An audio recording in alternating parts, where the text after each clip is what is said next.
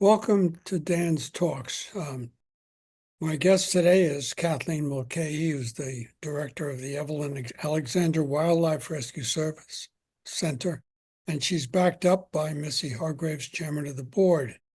I had a couple of questions about the rescue center. I know it's located. I've not been there, at least that I know of. I've been to the park there.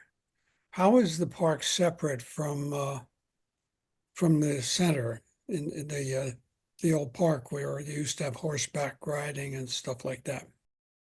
Well, the park very generously gives us the space, leases us for no money, the space to have our hospital and our center and our education animal cages. Is the center a new building or is it a building reused? It was an old building. It's been renovated within an inch of its life, and we are busting out of the seams already on it. But there was a structure there when we started, and we keep adding on to it, and we hope to be able to either add on to it some more or create a separate structure that would be an education area. Is it a building over 1,000 square feet, or is it a small facility, and is it on acreage that you rented? So it's part of the park. They don't really separate. I mean, they sort of separate where our footprint is. It's probably a little under 1,000 square feet, the building itself. And then we have cages for all of our education animal birds, and we have a separate cage for our fox, our education fox. And we are raising money this summer to build a couple of mammal cages for our Alan McButterpants, who is our resident groundhog, very popular at the center, as well as Squirrely the squirrel, who's been with us for a couple of years in the back, but we'd like to be able to bring him out to meet the public as well. Well, it's a rescue center. How many creatures have you rescued or are there under rehabilitation currently, and what's the capacity? We are at capacity right now. We have rescued this year alone over 850 animals. We have 35 baby raccoons in there at the moment. You have a wonderful story about them in this week's Dan's papers.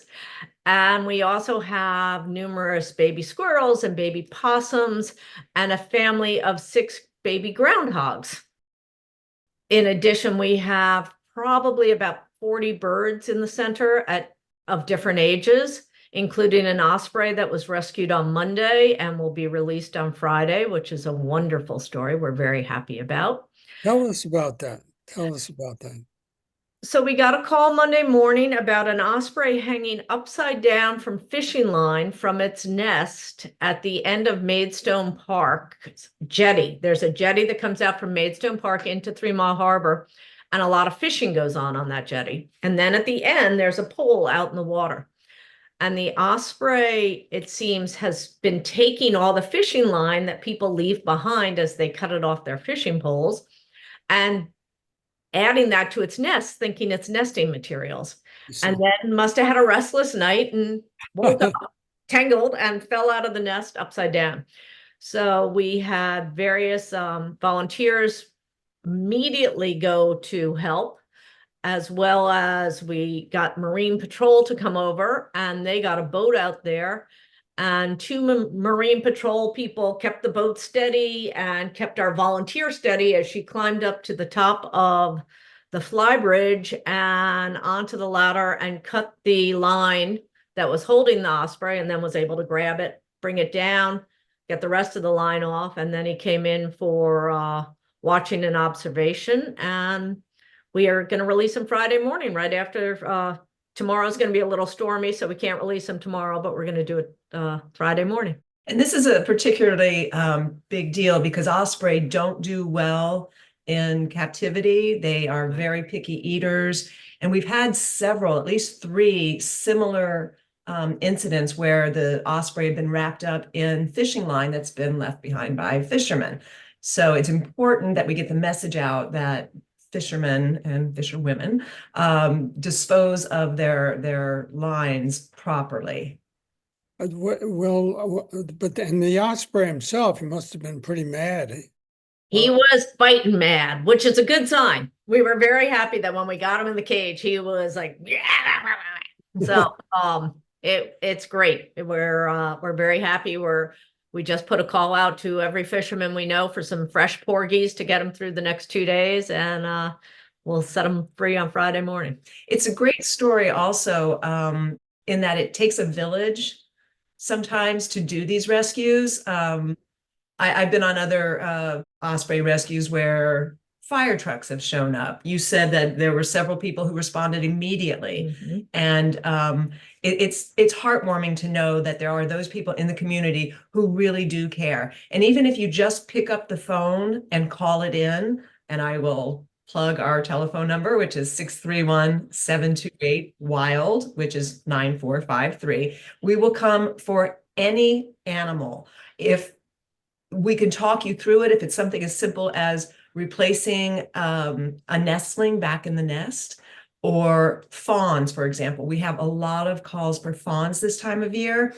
Wow. And most often, I would say, the fawns don't need help. The mothers leave them during the daylight hours, and the fawns have no natural scent. So they don't attract predators, which at this point would really only be dogs. So the mothers go out and feed during the day, and also to draw attention away from the fawns. So my favorite kind of rescue is the non-rescue, where someone calls in about a fawn.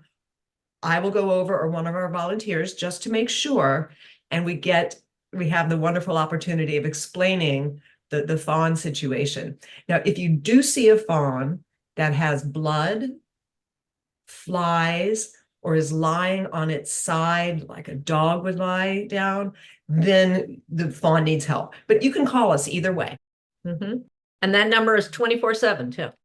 You deal with creatures that come ashore from like seals and things? We do not. That goes to the Riverhead Marine Sure. Station for the seals. We do the sea-birds, so seagulls, ospreys, etc., but not the sea mammals.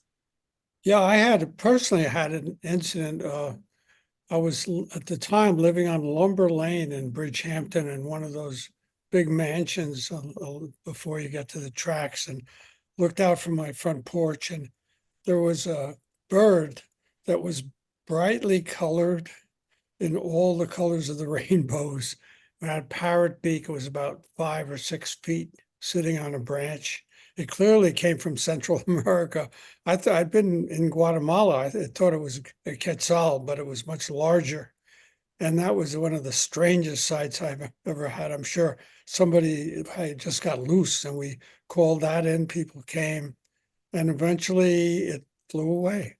I don't know whether they got it somewhere else or not, but that was a long time ago. But that's a memory that I have of this sort of situation. One of the, I think, more sadder things that happened not long ago was when, and I just want to mention this because it's sort of resolved in some way. When it was in the winter, some bullets hit the building from hunters nearby the center, which is just the exact opposite of what you're trying to do. And I think you tried with the county or with some or other organizations to get some kind of protection for that. And ultimately, I don't think it worked out. And it's just, that's what humans are doing right now in a lot of situations. The other day when I called you, Kathleen, you told me you were on your way to Amagansett to help an owl. I think We did an owl rescue at the Amagansett School about 2 weeks ago, and a nestling fell out of the nest, and we were able to get. Again, it takes a village. We had 4 different volunteers, one with a truck, one with a ladder, one, et cetera, et cetera, et cetera. and we got it back up in the nest. And then we are doing a education event at the Amagansett School. And it was actually supposed to be today, but it just got postponed, where we're going to teach the entire school all about the owls. So we're bringing 3 of our education owls to the Amagansett School. All the kids will be there. The folks who rescued or helped re-nest the baby owl will be there. And we'll talk about owls and their babies and the way that babies grow up and leave the nest and everything else. It's also a great opportunity to dispel the rumor that birds or other animals will not take their babies, their young back if they've been touched by humans. And what I like to liken it to is if you went to Walmart or Kmart and you lost your kid and somebody came and said, here's my kid, if you would welcome that kid back. Wildlife does the same thing. Let's get those babies back.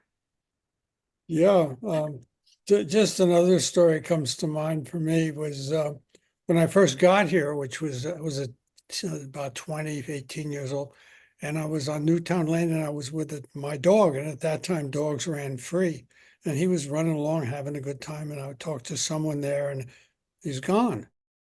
And so a lot of people were then running up and down Newtown Lane calling out the name of my dog, which was Scampy, which is pretty awful.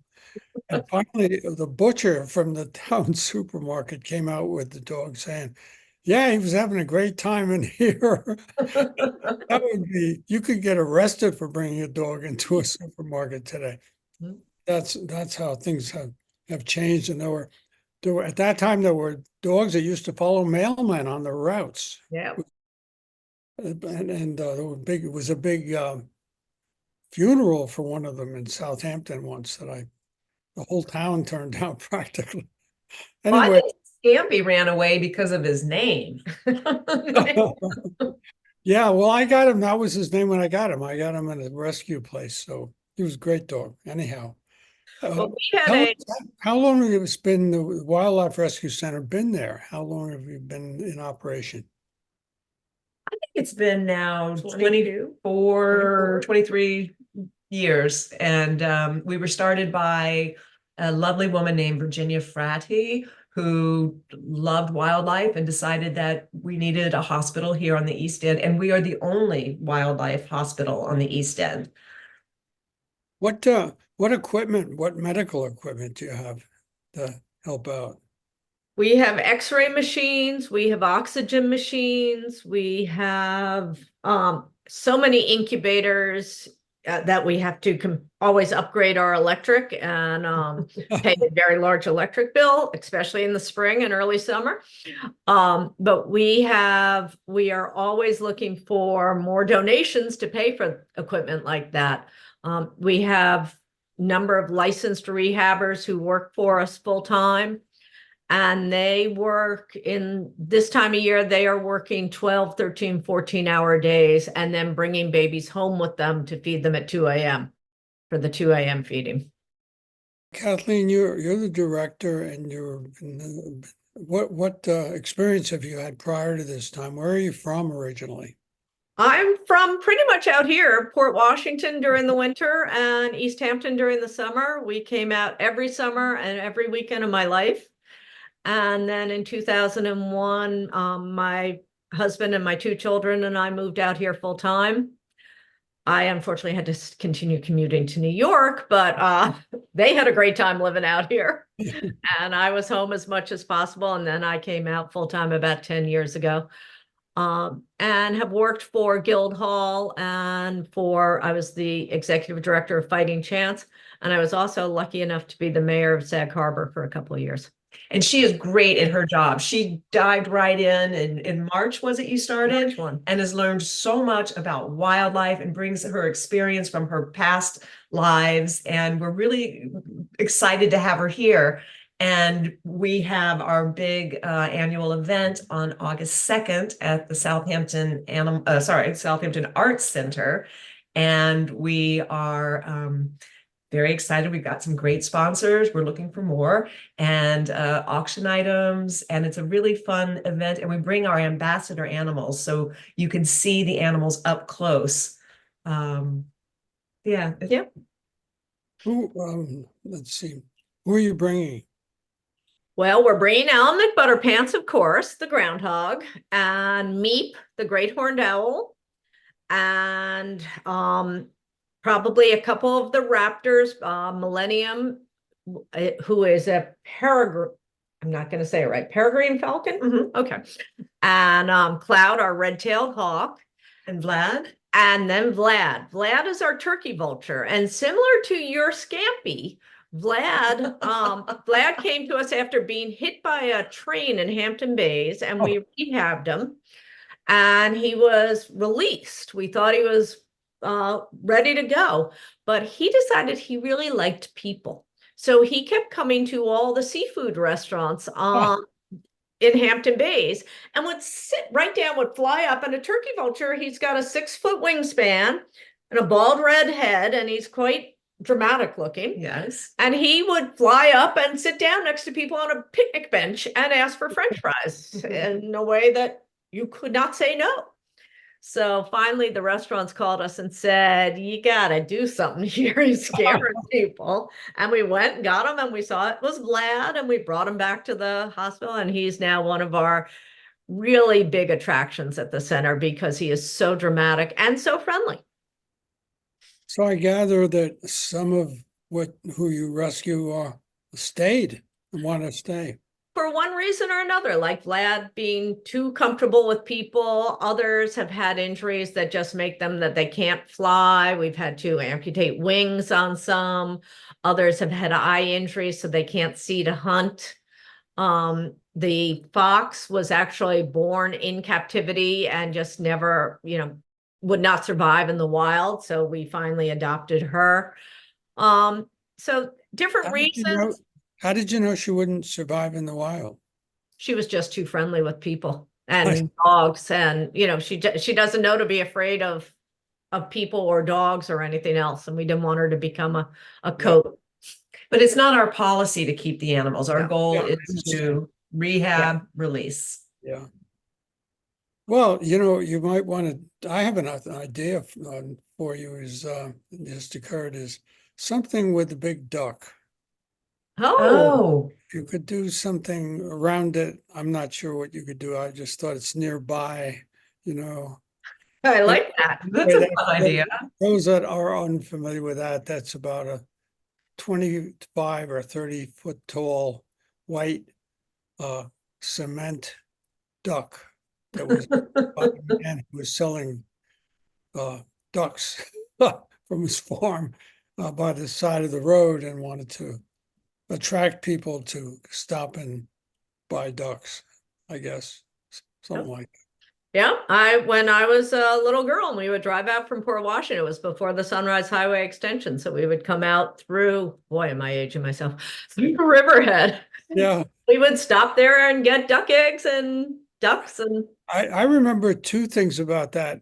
Maybe you remember this one. They had a low power FM broadcast going for a while that you could hear as you approached in a car from about a mile away. That's right. Yep. Christy Brinkley was telling you all about the big duck and what it was for and how it was built and all of that. And also before that, this one I'm sure you don't remember was there were little signs along the side of the road elsewhere that were advertising Burma Shave. Sure. And after another, and they had that set up for a while as well. About it coming up to the ducks. Yep. No, it is a iconic landmark without a doubt. Well, just a thought, and with that, just say goodbye.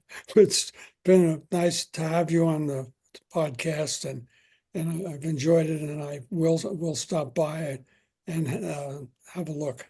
Thanks. Well, thank you. And thank you also, you have a reporter who comes once a month and does a story on our education animals, and they've really been fabulous. So thank you so much for your support from Dan's Papers and your personal support of the Evelyn Alexander Wildlife Rescue Center. Thank you. Bye-bye. Bye. Bye.